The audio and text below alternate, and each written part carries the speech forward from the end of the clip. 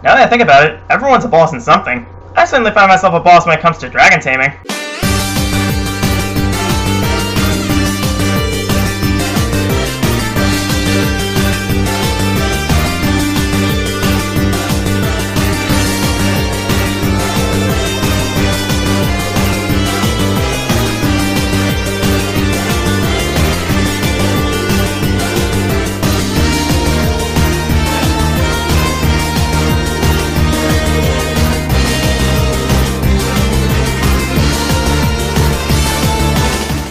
Let's talk about boss fights. What can I say about boss fights? Besides, I love them. Bosses can be seen as tests of your skill, they're there to impede your progress, and one way or another, they're a huge obstacle that you have to overcome.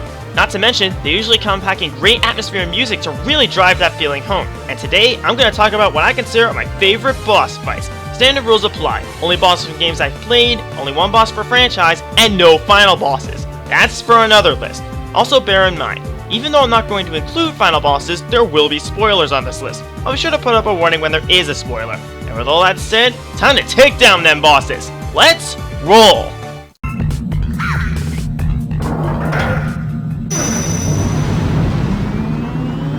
I bet a lot of you were expecting this boss to be on here, but I bet you weren't expecting it to be this low.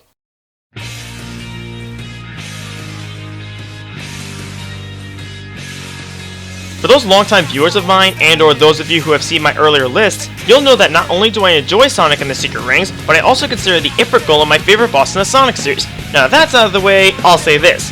I still think the Ifrit Golem is my favorite Sonic boss, but I don't love it as much as I used to. With that out of the way, let me explain why I really enjoy this fight, starting with the boss's design. You are fighting a fire spirit that has possessed a machine. That's a great concept, and it was executed nicely, and works perfectly with the setting of the fight, being in a huge furnace. Now on to the fight itself. The fight itself is relatively simple. You just have to attack the knuckles on one of the hands holding up the Ifrit Golem's body so it sinks into the magma, immobilizing it. Then you make your way over to its head to hit its weak points. This may sound easy, but it's really not. While you're trying to attack its knuckles, its arms are constantly dropping explosives to hinder you.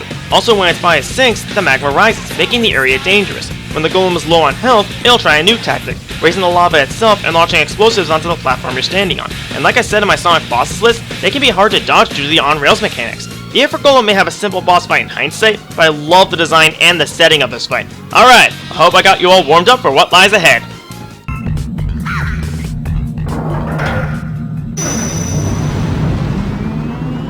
One reason I love Pikmin 3 so much is how the scale of the game is structured. Enemies are much bigger than you are most of the time, and you have to plan accordingly to avoid losing a large sum of Pikmin to enemies. This to me is what gives Pikmin its challenge, and it stands as a real-time strategy game, not only carefully planning out what to do each day for maximum efficiency, but also learning enemies' strengths and weaknesses in order to take them down. This goes double for the bosses, as all of them have a weakness you need to exploit, while at the same time, they force you to strategize to preserve your troops. So which boss did I choose? Well, it was pretty easy.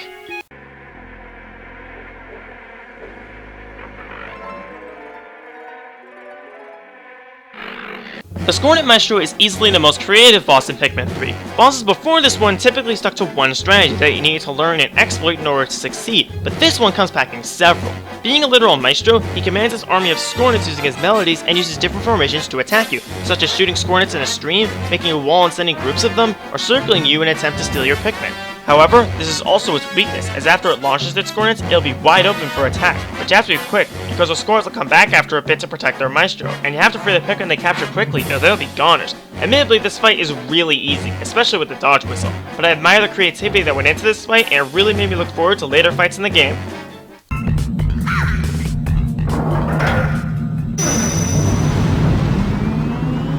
Note, I couldn't find music from this particular game, so you're just gonna have to settle for the battle theme from Skies of Arcadia. Even though I haven't actually played it, but that's beside the point. Hey look, excuse me to talk about the MySims series! Hey look, who cares? Who invited Hades? MySims Skyheroes has some pretty creative boss fights. I mean, you got a weapon capable of calling down satellite lasers, an experimental superplane, and a giant statue of Morcubus hooked up with a death ray. The fight against the Morcubus Colossus was well built up for part of the game. I mean, Dr. F tells you made a death ray for Morcubus, and right before the battle, Mira gets kidnapped, and that makes it personal. On to the fight itself. To start, you have to take out the 5 shield generators that are generating a defense shield over the statue. But as soon as you take out one of them, Raphael shows up with several Morcubots to get in your way. Also, you can rescue Mira, and I recommend doing this, as she'll help you out. Once you take out 3 generators, the death ray will start up, and trust me, you do not want to get caught in that. Once all the generators are destroyed, you have to aim for the weak point on the back of its head, and Raphael calls for drones to defend the Colossus. Once you hit it enough, the core will be exposed, and that's your chance to finish it. This battle is chaotic and definitely the standout boss in Skyheroes for me. Also, one more thing.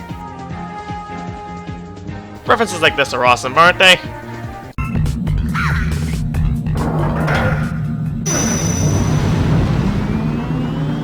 Warning, massive amounts of blood and gore in this segment. If you're uncomfortable with that, please skip ahead. You have been warned. With the game as over the top and insane as Madworld, one would expect the bosses to follow suit. And lo and behold, most of the bosses are pretty insane in their own right. And while a few of them could have made this fun, I had to give it to the boss that really blew me away. Your life ends here. Bad puns aside, the fight against Von Twirlingkiller is something else entirely. Just looking at him will tell you he's from the World War II era, except I don't think World War II veterans have wind turbines for arms. Those turbines are the star of this fight, supplying his attacks such as creating a massive twister to suck you in, or using the power of tornadoes to deliver a punch that actually hits harder than his twisters. Logic. Once you drain to half health, you'll get the opportunity to slice off one of his arms. But if you think disarming him will make this easier, he's here to prove you wrong. He can still fight back with powerful combos and a deadly spin kick. But once you drain all his health away, you take off another turbine and are treated to one of the most satisfying finishers in the game. This fight really stands out to me for its insanity, but at the same time, it's an incredibly fair fight that puts your skills to the test. Also, Howard and Kreese do their job at supplying hilarious quips to this fight so well.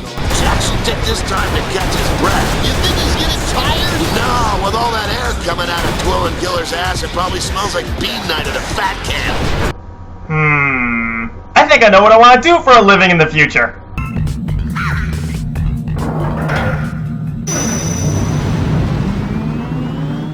When you go through Okami, you pretty much can't go anywhere and not expect a hint of Japanese cultural influence. There are so many Japanese legends that are the centerpieces for antagonists and bosses in the game that really help the game stand out. Orochi, for instance, took pretty much every part of the Legend of the Eight-Headed Beast and put it into a boss fight. I would put him on here, except you fight him 3 times! I've said this before, I don't have an issue with facing a boss twice, but this is really pushing it. Besides, in terms of an actual fight, the twins Lechku and Nechku certainly win out. When you arrive in Kamui, you see it's completely frozen over, and these two demons are the cause. They cast the area into frigid cold and nearly killed everyone there. Not to mention, because of their actions, you had to fight Orochi again, and they nearly killed Shiranui. With all their actions and this level of build-up, you'd expect a boss fight like this to be satisfying, and boy is it ever! The owls will attack with attacks seen from enemies and bosses seen previously in the game, and are countered just the same. Once you stun one of the demons, Oki forms a bow of light to shoot himself from to bring the demon down to the ground to go to town on. Once you do that final blow, you feel satisfaction for all they've done. The variety of their attacks keeps you on your toes, especially since you need to react quickly and accordingly to strike back. All the while, the tense atmosphere and music keeps you pumped and reminds you what's at stake here. Also, I love the team dynamic with Oki and his great character development right before the fight. Oh yeah! Wolf power!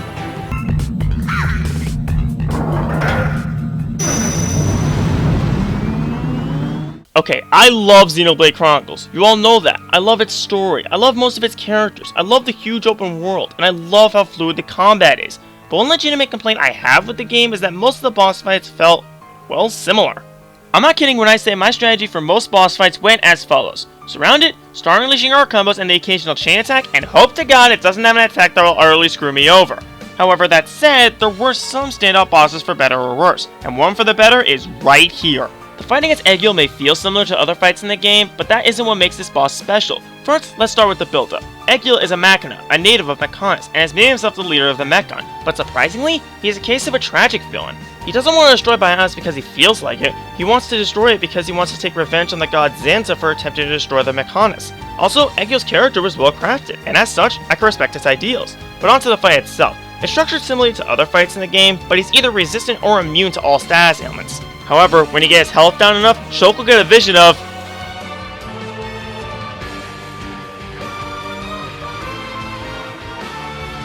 Oh my god! Yeah, Egil's about to use the Mechonis to completely obliterate the Bionis and everyone living on it. Before that happens, you need to take out his shield generators while at the same time dealing with the drones he summons. Thankfully, you have 2 minutes, so that should be plenty of time.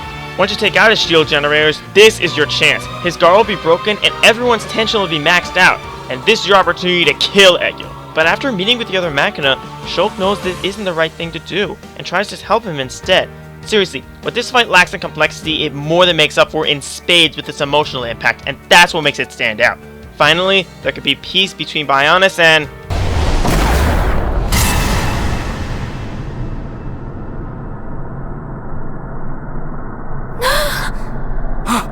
No!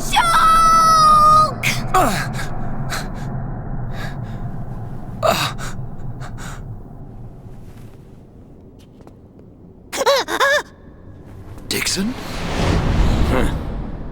You shouldn't have done that, little brat. Oh, no way!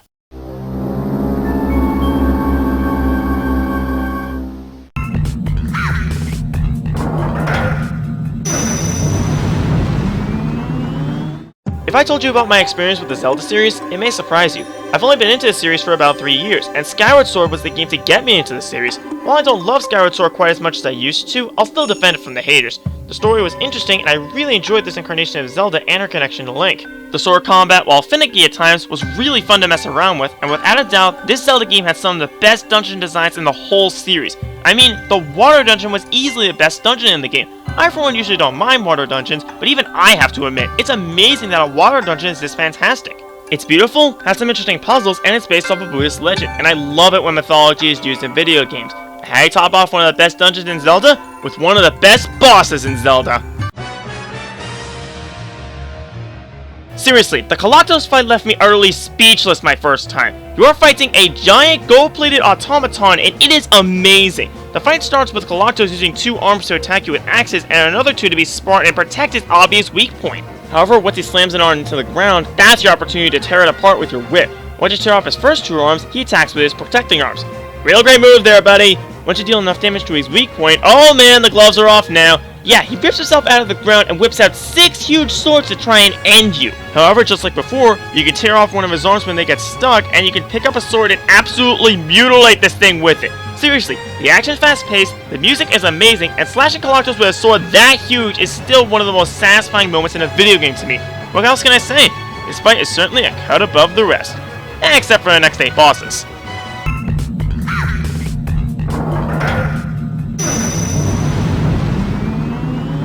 You know, I found that boss battles with emotion involved are kind of rare, but when they're done right, they can be exceptional, and this is especially true in the case of Palutena from Icarus Uprising. Seriously, even before you get to this fight, there's a ton of emotion. After being trapped in a ring for 3 years, Pete sees that the whole world, including Skyworld, is pretty messed up. Palutena seems to have turned to the dark side, and casts Pit away like he's nothing. It seems like she completely forgot all they've been through, and Pit won't have that. He goes to seek the legendary lightning chariot, and decides to take the fight straight to Palutena. This brings me to the chapter leading up to the fight. This chapter really stood out to me because of, well, the emotions I feel. Seeing Skyworld in such a ruined state, having to fight the Centurions I'm supposed to be commanding, and all the while, listening to this heart-wrenching music piece make me feel so many emotions. And then, you make it up to Palutena. So, you're here to fight me, Pit? No. No! I'm here to save you! And when Pit says he's here to save her, he means it. In the battle, Palutena will go all over the battlefield, shooting light attacks that aren't too hard to avoid. However, she's not the target. As it turns out, she's possessed by a creature called the Chaoskin that Pit accidentally freed after trashing the Lunar Sanctum.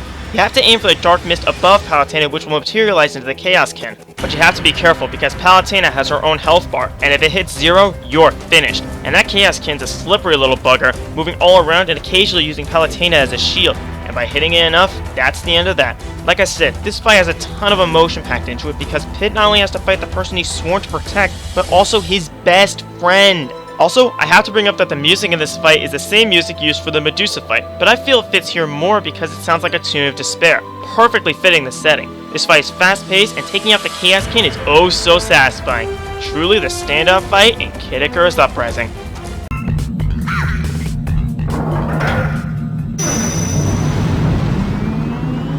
Some reasons I like the Metroid Prime series over the 2D series are pretty obvious. The worlds are bigger than ever, puzzle solving is always a good time, and finding upgrades and collectibles fills me with joy. But one thing that the Prime series has over the 2D Metroid games that I don't think a lot of people see is the sense of scale. Since you see everything Samus sees, it puts you right into the thick of things. As a result, bosses are a lot more intimidating than they would be normally.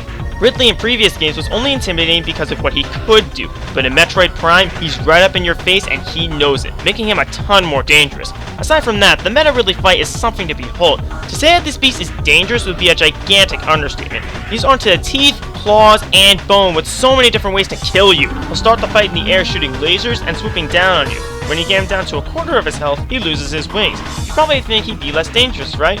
Or are you in for a rude awakening? If anything, he's twice as dangerous because he still has his claws and his breath, which are way more dangerous because he's so close, but he also has his tail, which can seriously catch you off guard if you're not careful. His weak point also won't be exposed until you shoot his mouth enough. And after you take him down, the temple reactivates and sends him packing to his demise. This fight is fun, challenging, and satisfying, but like I said before, it's the sense of scale that makes it stand out. Ridley is more dangerous because you're in Samus's shoes and see everything she sees, so he feels like a legitimate threat. I just hope future battles with this beast learn from this masterpiece.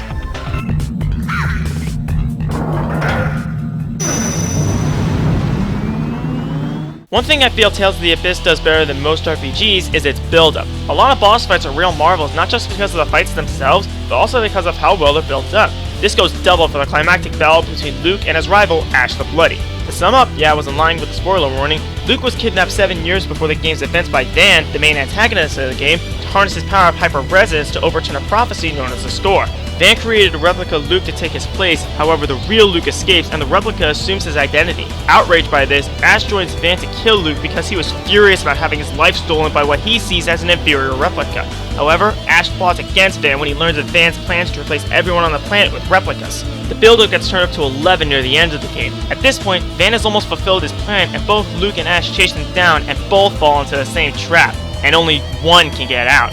So to see who's worthy, they duke it out, and right before the fight, we hear some of the best dialogue in the game. I don't even have a past to lose, but I've still decided that I'm me. It doesn't matter what you think. Here I am. If that's the source of the strength you're talking about, then I won't lose! Well said. I will make those words your last replica! Yeah, did that explanation make your head spin? The build-up alone is enough to warrant a place this high, but it's also backed up by the fact that this is a true clash of rivals, and I love those to no end. Ash has similar attacks to your own, but also has some magic attacks to spice things up. Also, since you're doing this fight alone as Luke, you really have to strategize and use Ash's attacks to your advantage. This fight is also accompanied by one of my favorite boss themes ever, a remix of the opening of the game, appropriately titled The Meaning of Birth. Seriously, with the amount of build-up this fight has, in conjunction with how it feels like an actual fight against a true equal, this is one fight that anyone who has experienced it sorely won't forget.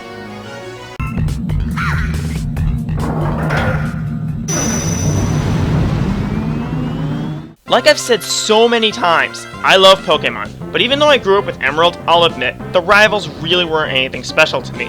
May was okay, and I did like the battles with her, but I didn't feel like she had much character. Wally was also really underwhelming and didn't really leave an impression with me. So when Oris was announced, I kind of expected they fleshed the rivals out a bit. They certainly did with May, giving her more interactions and battles, and I came to respect her as a rival. And with Wally,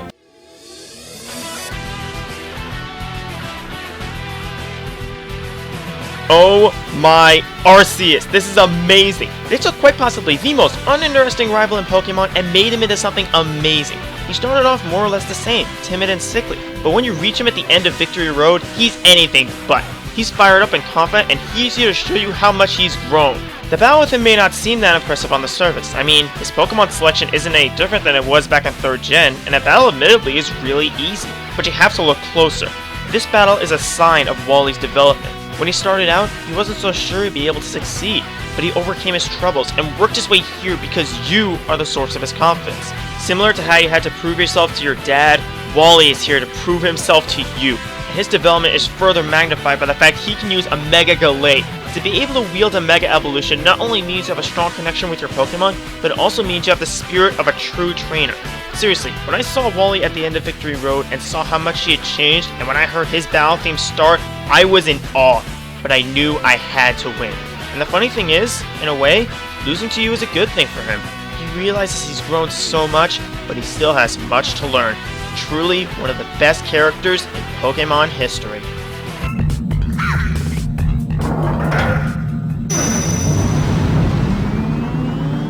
In Mega Man X, there's an omnipresent force, Sigma.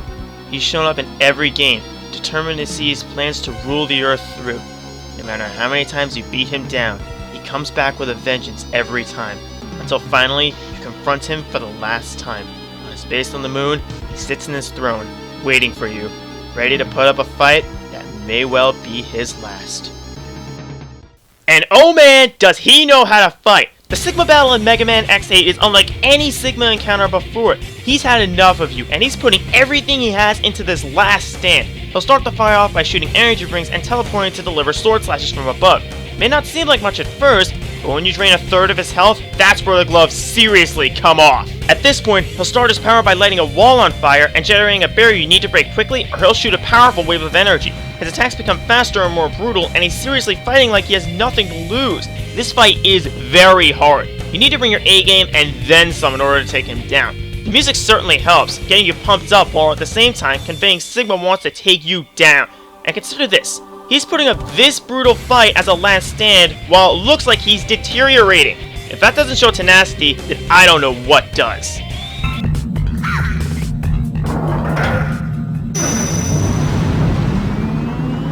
In a game like The Wonderful 101, where your first boss consists of a giant 3-headed mechanical dragon, you wonder how it can get crazier from there, and yet somehow they managed to do so! But easily the best fights in the game are those against your rival, Prince Vorkin. Out of all the antagonists in the game, Vorkin is the most unique because he actually fights you on your level, using different Unite morphs. This makes the fights with him more interesting than other bosses in the game because you essentially have to counter yourself. There's also the matter of Vorkin as a character. Unlike the Geth Jerk who just want to see the destruction of the Earth, Vorkin is simply looking for a worthy opponent, and as such, he sets his sights on the wonderful 100. You fight with him several times during your adventure, with each fight being adrenaline-packed and frantic, but his final encounter knocks him up to 101%. At this point, he's been eagerly awaiting his opportunity to show you his very best, and even killed off one of his alleged allies. Allies? Does the Nyuk ally with the Dizbong? When he starts the battle, it'll be like any other fight with him, but when you drain his health bar for the first time, he completely stops showing mercy and unveils his trump card, Teo form. He has equivalent of unlimited form. At this point, the music becomes much darker and the action's even more intense because Vorkin holds absolutely nothing back. In a case similar to Sigma, this is his last stand, and he's fighting like he has nothing to lose. And when you beat him, the story also takes a turn for the darker. But I won't spoil it for the numerous people who haven't gotten the chance to play this gem. So in case you aren't picking up on the hint, go play this game!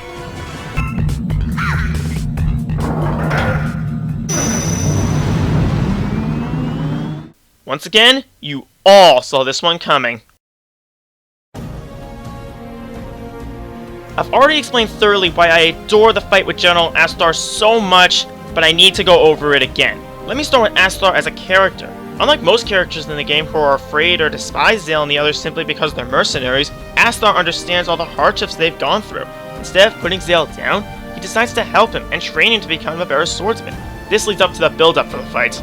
Zale requests that Astar let him go through the Tower of Trials to prove his worth. The tower consists of 5 trials, each testing the virtue of a knight, defense, strength, wisdom, and camaraderie. Then there's the final trial, the Trial of Courage. In this trial, you have to fight and defeat General Astar, and he gives one of the greatest boss fights I've ever experienced. For one thing, this is one of the few one-on-one sword duels in the game, and it truly feels like a clash of equals. Attacking head-on won't work. Instead, you have to outwit him. You need to attack with either slashes from walls or vertical slashes, but you have to vary up your attack patterns because Astar learns, and he doesn't fall for the same trick repeatedly, easily dodging attacks you overuse. But like I said in that list way back when, it's the emotion I feel from this fight that truly makes it stand out. Standing on top of the tower you worked so hard to get through, seeing the beautiful sunset, hearing this amazing music, and just feeling the emotions Zale and Astar give off during the cutscenes in the battle makes this fight something truly remarkable.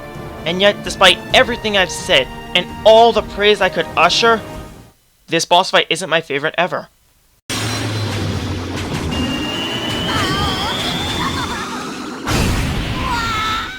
Okay, for a boss to be number 1 on my list, it needs to combine tension, build-up, atmosphere, music, and fight into one perfect package. And the craziest thing is, my favorite boss fight of all time comes from Kingdom Hearts Dream Drop Distance. There's a lot I love about this game. Well-written characters? Check. Fluid combat? Check. Fun worlds? Check. Cool bosses? No. Yeah, I found a lot of boss fights in this game to be unmemorable, whether they were cheap, dull, annoying, or some combination of the three. However, there were standouts, such as Rinsler, Xemnas, and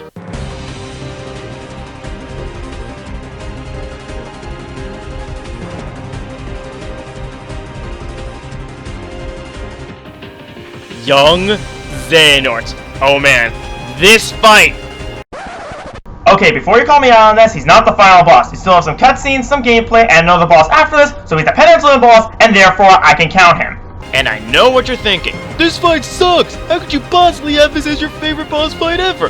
Well, it's because I look past the surface of this boss and find a fantastically made fight. Let's start with the build-up. Young Xehanort, similar to Sigma, has been an omnipresent force throughout the game, watching your every move and always being one step ahead. And when you encounter him in the world that never was, he's already taken Sora and is about to make him his puppet. Fortunately, King Mickey shows up and casts Stop Zed to try and help, but it doesn't work on Xehanort because he's also a Keyblade wielder, and this fight turns into something else entirely. Leading you into what feels like his realm, the atmosphere is jacked up and the tension is as high as it could ever be because Riku's fighting to save Sora, to save his best pal. And now, onto the fight itself. If you take this fight lightly in any sort of fashion, you will die, plain and simple. Young Xehanort may use a Keyblade, but he is far from a typical wielder. He'll make it into an energy whip to attack, teleport everywhere, try and rush you, shoot shots that slow you down, summon ice crystals from out of nowhere, fire a ricocheting laser, which is the only part of this fight I don't like, send energy waves at you, and send shockwaves along the ground. He's all about keeping the pressure because his attacks are brutal and can come out of nowhere. He also doesn't flinch easily, but when he does, that's your chance to combo him. And just when you think you've won,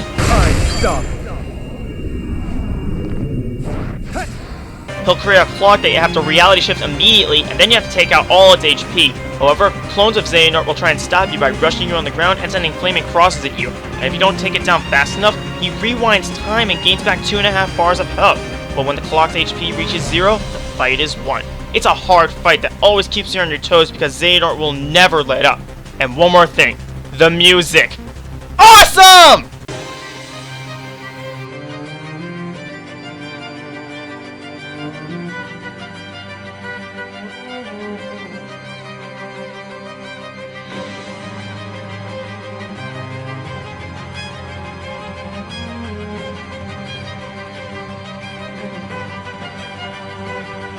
This fight has it all. It's challenging, the atmosphere is fantastic, the music is godly, and it's my favorite boss fight in video games.